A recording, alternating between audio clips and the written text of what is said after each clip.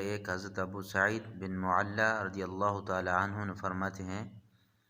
میں نماز پڑھ رہا تھا تو مجھے نبی کریم صلی اللہ تعالی علیہ وسلم نے بلایا،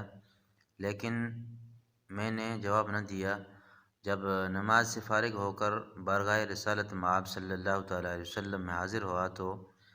میں نے عرض کی، یا رسول اللہ صلی اللہ تعالی علیہ وسلم، میں نماز پڑھ رہا تھا۔ تاجدار رسالت صلی اللہ تعالی علیہ وسلم نے ارشاد فرمایا، کیا اللہ تعالیٰ نے یہ نہیں فرمایا، استجیبوا للہ وللرسول اذا دعاکم، اللہ اور اس کے رسول کی بارگاہ میں حاضر ہو جاؤ جب وہ تمہیں بلائیں۔ پھر ارشاد فرمایا، کیا میں تمہیں تمہاری مسجد سے نکلنے سے پہلے قرآن کریم کی سب سے عظیم سورت نہ سکھاؤں؟ پھر آپ صلی اللہ تعالی علیہ وسلم نے میرا ہاتھ پکڑ لیا۔ جب ہم نے نکلنے کا ارادہ کیا تو میں نے عرض کی، یا رسول اللہ صلی اللہ تعالی علیہ وسلم، آپ نے فرمایا تھا کہ میں ضرور تمہیں قرآن مجید کی سب سے عظمت والی سورت سکھاؤں گا۔ ارشاد فرمایا، وہ سورت الحمدللہ رب العالمین ہے،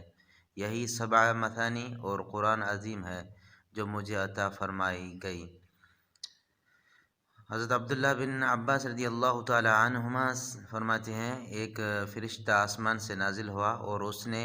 سید المرسلین صلی اللہ تعالی علیہ وسلم کی بارگاہ میں سلام پیش کر کے عرض کی، یا رسول اللہ صلی اللہ تعالی علیہ وسلم، آپ کو ان دو نوروں کی بشارت ہو جو آپ کے علاوہ اور کسی نبی کو عطا نہیں کیے گئے، اور وہ دو نور یہ ہیں، نمبر 1 سورہ فاتحہ، نمبر 2 سورہ بقرہ کی آخری آیتیں۔